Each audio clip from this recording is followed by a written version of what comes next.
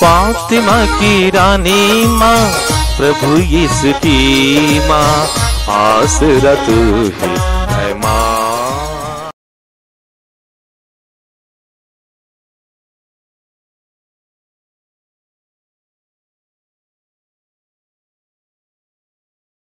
पहला पाठ कुरिन्थियों के नाम संत पौलुस का पहला पत्र, अध्याय 12, पद संख्याएं 12 से 14, 27 से 31 तक।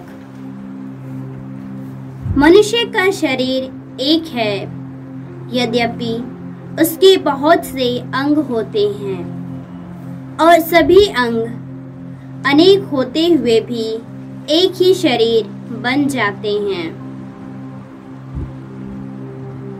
मसीह के विषय में भी यही बात है। हम यहूदी हो या यूनानी, दास हो या स्वतंत्र, हम सब के सब एक ही आत्मा का बपतिस्मा ग्रहण कर एक ही शरीर बन गए हैं। हम सबों को एक ही आत्मा का पान कराया गया है। शरीर में भी तो एक नहीं बल्कि बहुत से अंग हैं। आप सब मिलकर मसीह का शरीर हैं और आप में से प्रत्येक उसका एक अंग है। ईश्वर ने कलीसिया में भिन्न भिन्न लोगों को नियुक्त किया है। प्रथम प्रेरित, दूसरे भविष्यवक्ता, तीसरे शिक्षक, तब चमत्कार दिखाने वाले, इसके बाद स्वस्थ करने वाले, सहायक, प्रशासक, अनेक भाषाएं बोलने वाले। क्या सब प्रेरित हैं? सब भविष्यवक्ता हैं? सब शिक्षक हैं? सब चमत्कार दिखाने वाले हैं? सब स्वस्थ करने वाले हैं? सब भाषाएं बोलने वाले हैं? सब व्याख्या करने वाले हैं? आप उच्चतर वरदानों की अभिलाषा किया करें। प्रभु की वाणी। ईश्वर को धन्यवाद। भजन अनुवाक्य। हम उसकी प्रजा, उसके चारागाह की भेड़ें हैं। हम उसकी प्रजा, उसके चारागाह की भेड़ें हैं। हे समस्त पृथ्वी, प्रभु की स्तुति करो। आनंद के साथ प्रभु की सेवा करो। उल्लास के गीत गाते हुए उसके सामने उपस्थित हो जाओ। अनुवाक्य। हम उसकी प्रजा, उसके चारागाह की भेड़ें हैं। हम उसकी प्रजा, उसके चारागाह की भेड़ें हैं। यह जान लो कि वही ईश्वर है। उसी ने हमको बनाया है, हम उसी के हैं। हम उसकी प्रजा, उसके चारागाह की भेड़ें हैं। अनुवाक्य। हम उसकी प्रजा, उसके चारागाह की भेड़ें हैं। हम उसकी प्रजा, उसके चारागाह की भेड़ें हैं। धन्यवाद देते हुए मंदिर में प्रवेश करो। भजन गाते हुए उसके प्रांगण में आ जाओ। उसकी स्तुति करो और उसका नाम धन्य कहो। अनुवाक्य। हम उसकी प्रजा, उसके चारागाह की भेड़ें हैं। हम उसकी प्रजा, उसके चारागाह की भेड़ें हैं। ओह, ईश्वर कितना भला है, उसका प्रेम चिरस्थायी है। उसकी सत्य प्रतिज्ञा युगानुयुग बनी रहती है। अनुवाक्य। हम उसकी प्रजा, उसके चारागाह की भेड़ें हैं। हम उसकी प्रजा, उसके चारागाह की भेड़ें हैं। जय घोष, हालेलुया। हमारे बीच महान नबी उत्पन्न हुए हैं और ईश्वर ने अपनी प्रजा की सुध ली है। हालेलुया।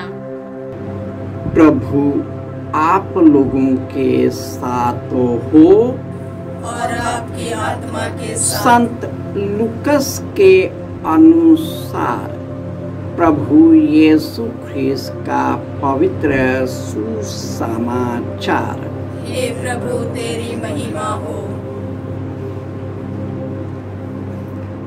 अध्याय 7 पद संख्याएं 11 से 17। यीशु नाइम नगर गए। उनके साथ उनके शिष्य और एक विशाल जनसमूह भी चल रहा था। जब वह नगर के फाटक के निकट पहुंचे तो लोग एक मुर्दे को बाहर ले जा रहे थे।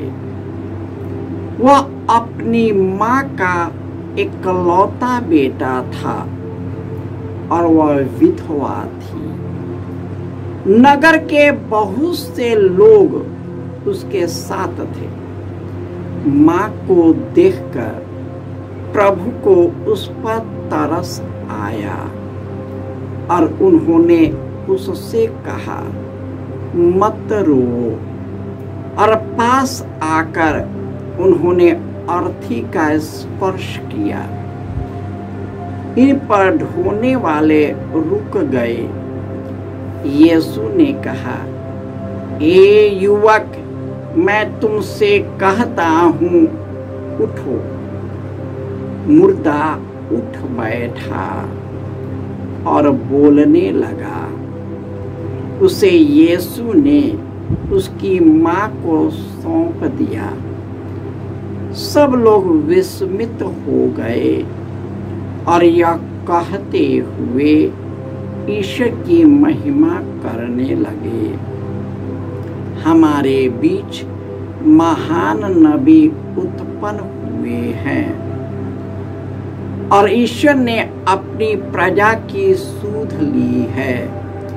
यीशु के विषय में यह बात सारी यहूदिया और आसपास के समस्त प्रदेश में फैल गई। यह प्रभु का सुसमाचार है। हे क्रिस्त तेरी स्तुति हो। ख्रिस्त में प्यारे भाइयों और बहनों, ईश्वर का प्रेम चिरस्थायी है। उसकी सत्य प्रतिज्ञा युगान युग तक बनी रहती है और वह सबों पर दया करता है। वह जानता है कि हम कौन हैं, यद्यपि हम नहीं जानते कि वे कौन हैं। जिस प्रकार पिछले के पाठ में हमने सुना, यीशु ने पूछा कि मैं कौन हूँ। उसके बाद उन्होंने यह भी बताया कि मैं ईश्वर का पुत्र हूँ, स्वर्ग से उतरा हूँ, परंतु मुझे बहुत दुख उठाना होगा। और उन्होंने दुख और विपत्ति के समय ईश्वर में बहुत मजबूत हुआ। जब वे चलते थे तो उनके मुख से स्वर्गीय वाणी निकलती थी। उनके शरीर से चंगाई निकलता था।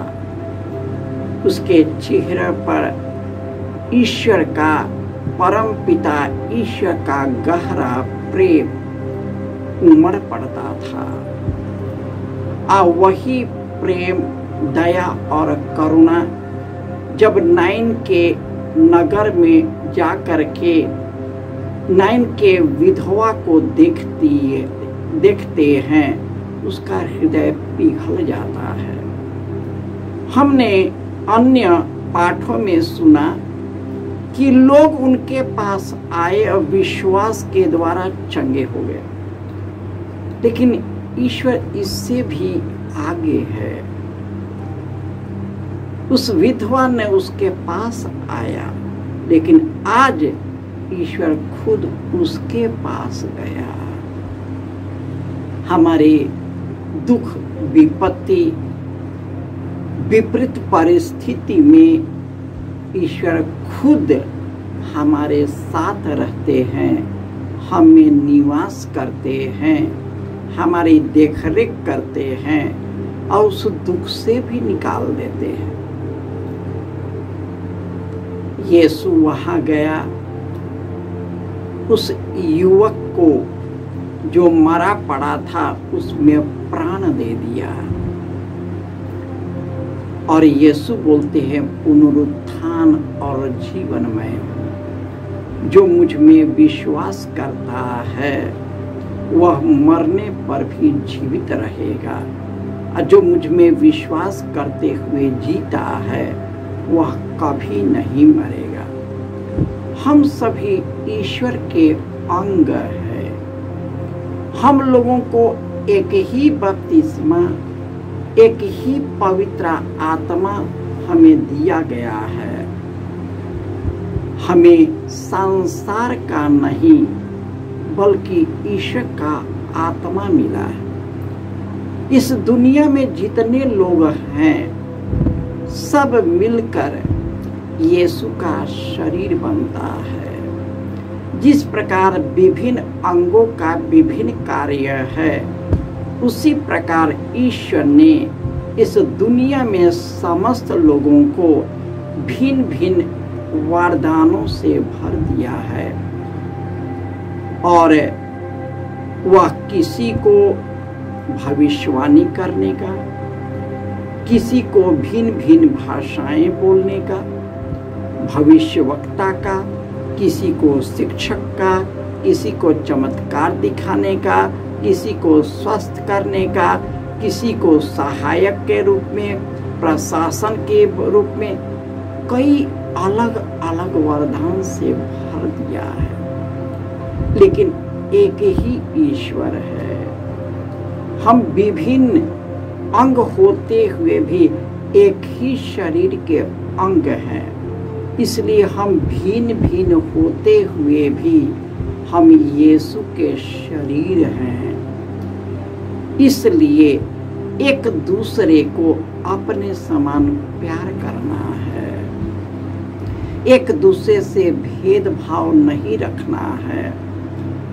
यूनानी और दास, यहूदी सब अलग अलग जरूर हैं, लेकिन ईश्वर में एक ही है।